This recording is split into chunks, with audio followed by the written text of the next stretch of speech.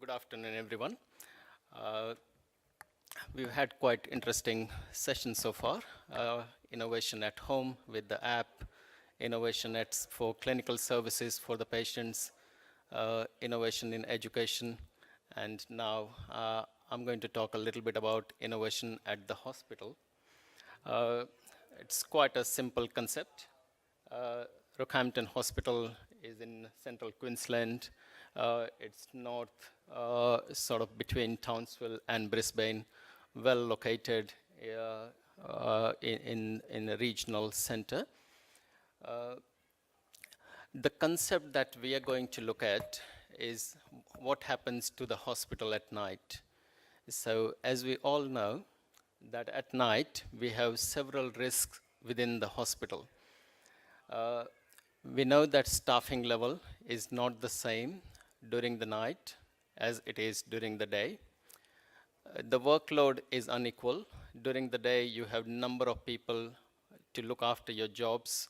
At night, that's not the case. A couple of doctors are on call in regional hospitals. They get number of phone calls, and they are interrupted every now and then while doing their work. There is communication and handover issues. One doctor could be somewhere in one ward, another could be in somewhere else, and it's difficult to talk to each other while they are trying to finish up their jobs at night. There is lack of transparency and visibility. We don't know what the doctors are doing at night, what sort of job the other doctor is busy with, if there are a couple of them. And occasionally there are patient concerns as well, because generally these are the junior doctors working at night and they don't have that level of knowledge and sometimes support. So with all this, we thought we are working in a very difficult environment and we could use digital technology to find a solution. So I had a team member with me, was from innovations team at my hospital, and that was Kelsey West, and we had the executive director of medical services then called Annette Turley, and myself as deputy executive director of medical services. We decided to get a system and implement that system to address all of these solutions. So simply putting, this is iPad in your hand. So a junior doctor has an iPad. I will describe what the system is in a little bit of details now. So how does it work? First of all, a nurse can log a job on the computer. The computer job then, without making any phone call to the doctor, lands directly on the doctor's iPad. The doctor can see the job and go and start working. And the nurse can know that doctor has seen the job. It's that simple a technology. And what are the issues that it would address? So clearly there is no interruption of phone calls. If doctor is with the patient, that's fine. He or she is not interrupted by phone calls and can continue to see the patients.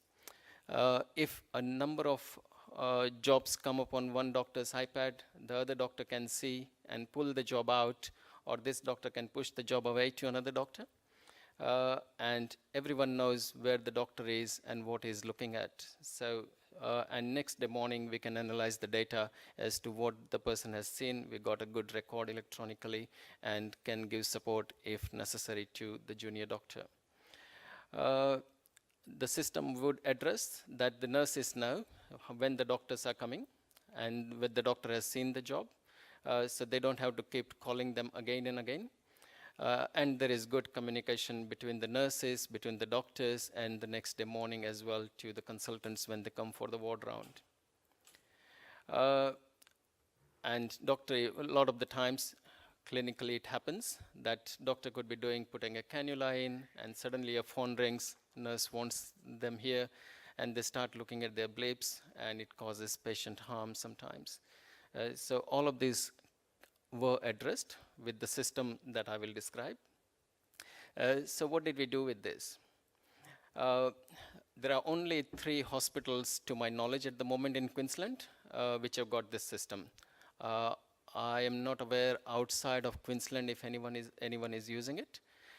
Royal Brisbane Hospital was using this system. We formed a project team. We visited the hospital and we learned lessons from them. Uh, we divided our hospital into different staff. Our hospital is 257 bed hospital, reasonably large regional hospital that would require at least 2 doctors at night to work 24/7, and registrars are on site. Emergency department is 24/7. Obstetric and pediatric departments have their own junior doctors. So we allocated the wards to different levels of working. The staffing were given the roles. The innovation team formed a project, and as you can see at the back wall, the number of issues that would arise out of this, they were all discussed with the team. So the important part that we did here, that at every single step we involved the team. We asked them, what would you like? How would you like the solution to the problem? What is it that's worrying you at night? What is it that worries you about the patients? And we found the solutions as the team wanted. Then we went further up to the innovation team. This is Kelsey. We did the system configuration, and we had to work with Telstra. So the system does cost. It cost only about $10,000 or so as a Telstra fees, and then another about $40,000 or $50,000 to get the system in place. We learned about the troubleshooting. We found out that we had Wi-Fi in the hospital, but there were several areas in the hospital which the Wi-Fi was dropping out. So we got the IT team to look at the entire hospital, walk in every nook and corner of the hospital to ensure that Wi-Fi is working. Wherever necessary, they did their upgrades of the Wi-Fi. We had to get an IT team to analyze the iPads, do the configuration of the wards. So when the system does put the message in, when the nurses put the message in, it goes to one iPad, another iPad, which ward would go to which doctors. So we had to do all those analysis. And then we had to find a place where to keep the iPads. So we found a place in the doctor's room. We don't lock it, we keep it open. Because we know that this iPad cannot be used outside of the hospital. They're coded in that way.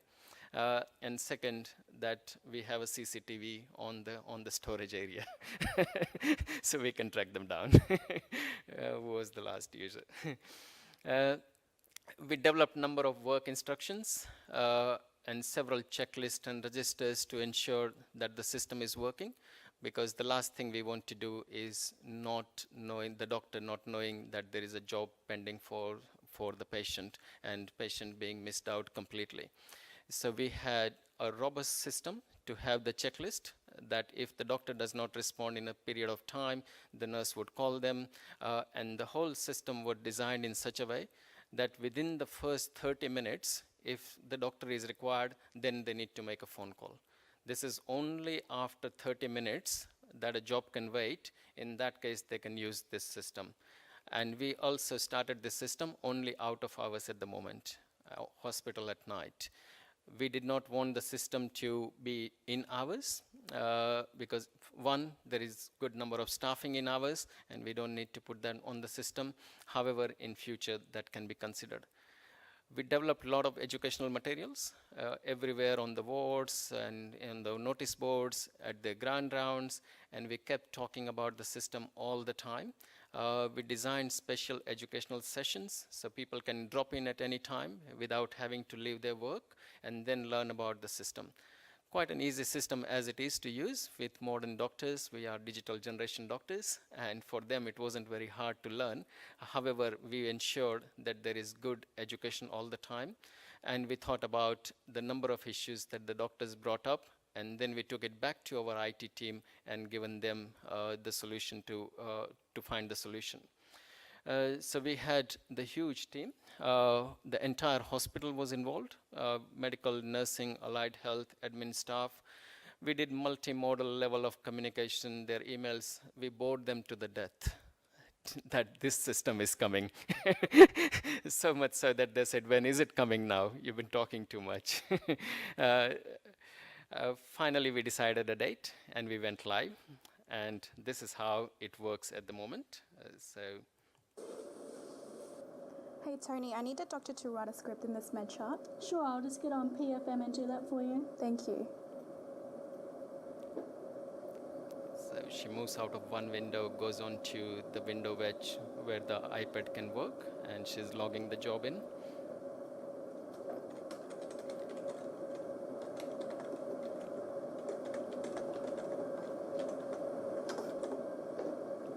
And it takes lesser time than making a phone call. Just got a new job on my iPad. I'm going to prioritize this one and go get it done. Okay.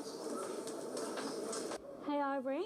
I've seen the doctor's action the request. She should be here within 30 minutes. Okay, great. Thanks. Yeah, so what did we achieve? Such a simple system. Now that we can see that how many tasks were routine, how many were responded on time, requested time, what were the number of tasks that we were getting at night, 1,773 jobs in 4 weeks' time. We could also see which types of jobs were being logged on. So medication order was the highest. Then now we started analyzing further that why do we require so many medications or orders in the middle of the night? Why can't that be done during the daytime? So we've now started doing a quality improvement on each one of these. Intravenous cannula needed, 232. Why could we not do the cannulas better during the daytime? And then now we are looking at every single ward as well, which is the highest user. So medical ward is the highest user, surgical ward is the next highest user, and now we are looking further into each one of the jobs and each of the wards and trying to reduce the unnecessary work that the doctors get at night time. So this is what we could fix with this. We certainly couldn't fix the reduced staffing level, but what we could fix is that reduce the work for the existing staffing. Unequal workload was there between the doctors, medical doctors and surgical doctors. Now there are 2 doctors, they can distribute the jobs to each other. There are no interruptions with phone calls. There is good communication at night as well as next day morning. There is clear transparency and visibility. Next day we can see how many people, how many jobs were logged, which doctor did job, how many jobs they did, and we have reduced the patient concerns, patient safety concerns from there. So what next from here? So next we would like to analyze every single data that comes through and see that the jobs are being logged appropriately. The jobs that can be done during the daytime, try and avoid that at night. It's a risky environment to work at night. And then we want to expand this further to whole of the central Queensland hospitals and health facilities. That's where we are with the project. And this is looking simplistically, it's a very simple system. However, to implement it, it required at least 4 months of hard work from the entire team. And with that success that we have seen, we are very happy that this is a system that should work very well even during daytime. Thank you. Yes. 2 questions. On the video, was she logging data from patient flow management, PFM? Yes. So, yeah. That's right. So it is incorporated into the patient flow manager. In fact, in the hospital, the common word used for the system is I'm logging a job on PFM, and that's what Tony said as well. So we didn't have to buy anything from software point of view. The cost was $10,000 for Telstra, getting the iPads, putting the system in place. That was the cost. And the second question is, are the tasks prioritized? The doctors prioritized? So the person who is logging the job is asking the doctors whether they want the test within 30 minutes, 60 minutes, or can wait longer. So we got 3 systems here. So the nurse who wants doctor in 30 minutes, less than 30 minutes, they need to make a phone call. More than 30 minutes, then this is the way it's to be used. And doctor can also prioritize that if you are in one ward, they can see that, oh, I've got 3 other jobs in the same ward. They will finish it there rather than going between medical, surgical, and mental health everywhere in the hospital. Okay. Any other questions? Okay, time's up. Okay, thank you very much.